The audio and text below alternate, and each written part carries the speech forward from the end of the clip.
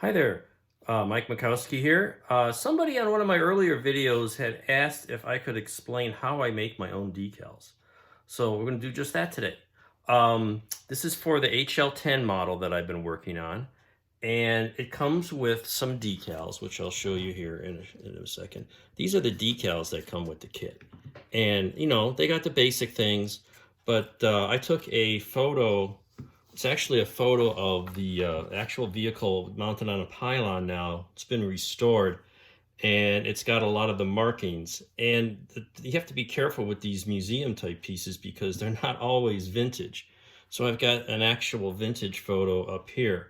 But one of the things I notice is that, for example, the NASA logo looks a little too small on this decal. So what I do is something like, for example, actually, I've got some also images up on the computer. I'm not sure you can see them, but you look closely at these and you can see that the NASA logo is almost as big as that front window. So let's see how that looks on the kit. And I'll use a little caliper to try to get a sense of the size of that. So here, and I'm still got it masked over, but here is roughly the size of the, can you see what I'm doing? Yeah, the size of the front window. And the NASA decal is, boy, the decal they give you is about half of that, when it really should be significantly larger than that. So I went through my stash of NASA decals and found that. But so what I did here is I gone through and checked against various photos to see what's missing, and I marked this photo up. And for example, there was a little beware of blast, and that's actually on both sides of the vehicle. And you can see that on the screen here on this one. But there's also these two dots you see here. They don't appear on the right side. So you got to look at both sides of the vehicle. There's also the black square with the lettering. That is not, it's here on the, even on the mock-up and there, but you don't get a decal for that. Now those I can find in my parts bin. But there's this lettering, the 804 on the side, and also you notice the Dryden Flight logo, that isn't on the vintage one. And there's some cases where you see the USAF on the tail, and there's other times where you don't. So I left that off. But for example, what we're going to do here is make the N804NA that's on the side here. And if you look at this picture, you can see it's just a little shorter than the landing gear well. So what we do is we'll take the model and take the caliper and make an estimate of that size. And then I got my graphics program here on the computer. I use something on a Mac called Easy Draw. And I'm afraid you can't see that very well, but because I can't zoom in with this video. But I made some drawings, and I'll make a test print and then check the scale. And in this case, I found that I couldn't make the font small enough. Also, if you notice, I'm reproducing the Northrop lettering because it's also too small on the provided decal. And I found I couldn't make the font small enough. So what I did is I made the scale on the drawing twice as big, and then I print it at 50%.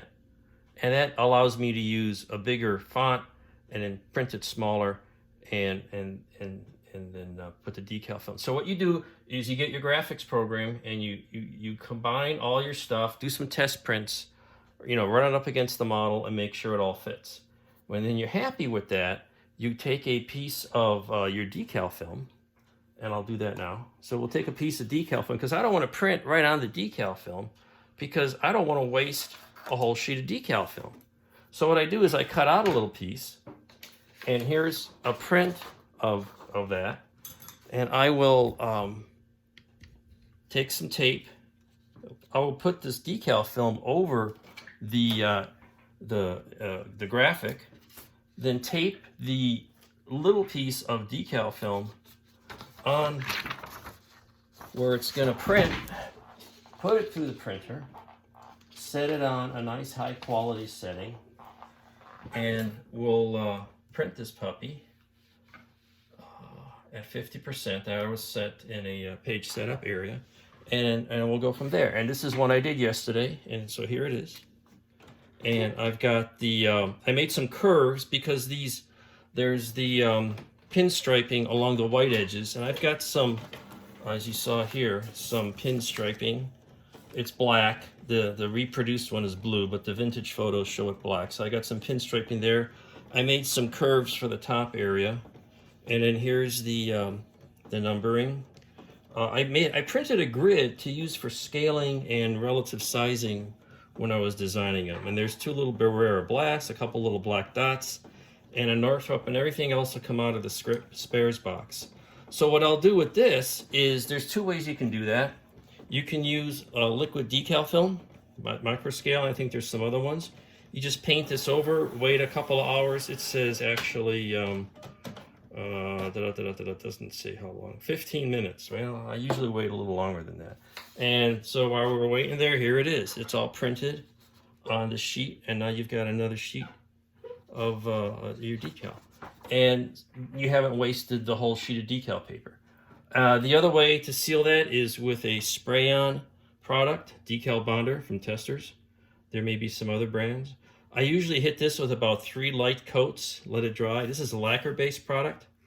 Let it dry overnight, and then trim the decals close to where you're going to apply them, and use them like a regular decal. So that's how you make your own decals. A little computer-aided design here, some good reference photos, a little bit of geometry and scaling, color inkjet printer, and some decal paper, and then some sealant and bonder, and you're all set. So I hope that was helpful. Thanks a lot. We'll see you soon.